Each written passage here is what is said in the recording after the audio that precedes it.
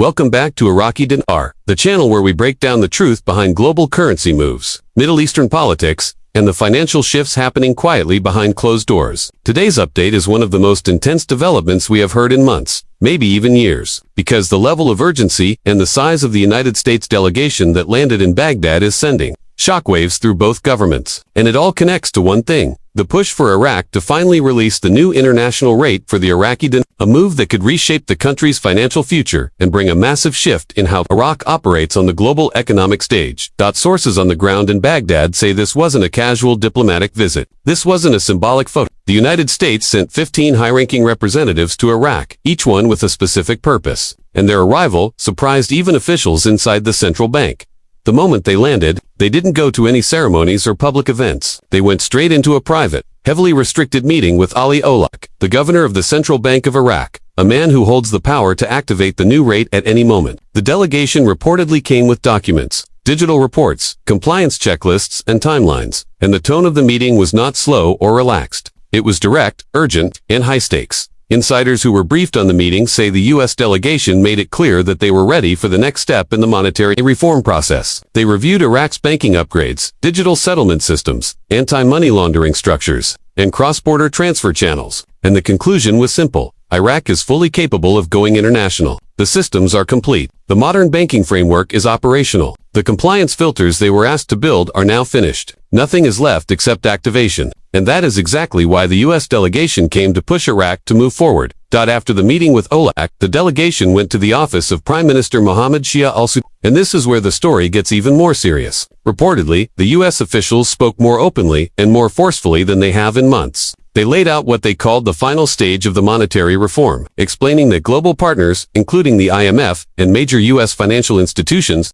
are prepared for the new rate to enter the international system. Sudani listened carefully, and, according to people close to him, he did not resist the plan. Instead, he reaffirmed that Iraq has already completed every internal requirement needed for the new rate to go live. What's interesting is that this entire operation seems to have roots that stretch back to Thanksgiving. Over the past few weeks, quiet signals and small hints kept leaking from inside Baghdad. Analysts noticed unusual travel patterns, unexpected government silence, and sudden acceleration in banking reforms. At first, people dismissed it as holiday noise, but as more evidence came in, it became clear that the Thanksgiving signals were pointing to this moment, the moment when the United States and Iraq aligned to finalize the international rate.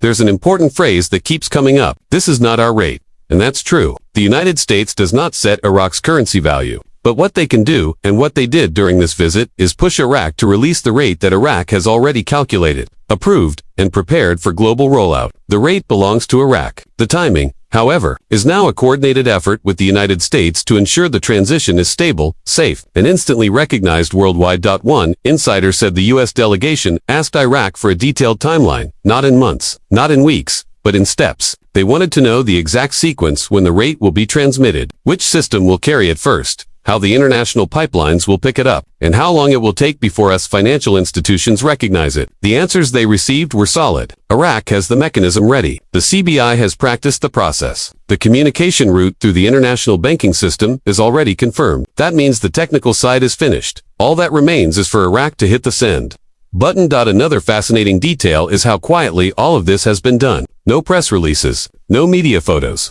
no public statements. Everything was behind closed doors. When a government does things this quietly, it usually means the subject is extremely sensitive and extremely close to happening. The confidentiality of these meetings is almost a confirmation by itself that the new rate is in its final pre-launch stage.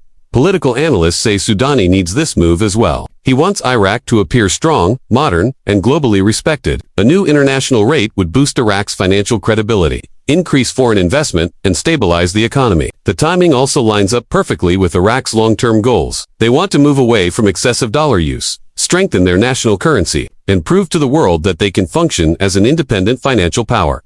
People close to the central bank say, the reform is not just a policy shift, it's a full transformation. Iraq has spent 2 years modernizing its banking infrastructure, introducing new technologies, verifying compliance systems, and eliminating loopholes used for corruption and smuggling. All of this was part of the preparation for the new rate, and now that the groundwork is complete, there is no logical reason for more delays.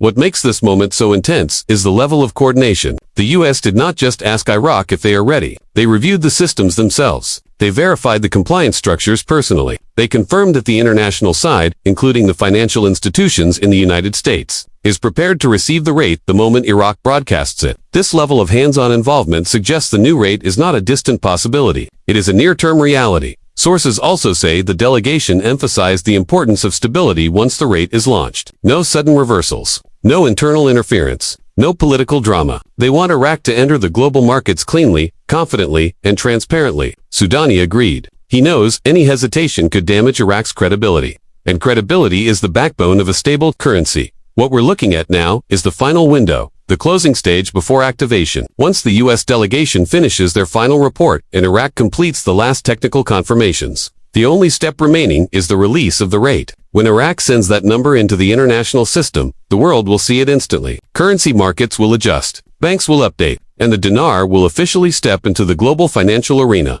Everything about this moment feels different from the past. This isn't rumor. This isn't theory. This isn't speculation. This is structured, documented, coordinated action between two governments that have been working toward the same goal. The pressure is real. The timing is aligned. The systems are ready. And the only missing piece now is the actual announcement, and as always, the moment something breaks, the moment the CBI makes a move, the moment the U.S. financial system picks up the new rate, the moment the international broadcast hits, we will bring it to you first, right here on Iraqi Dinar.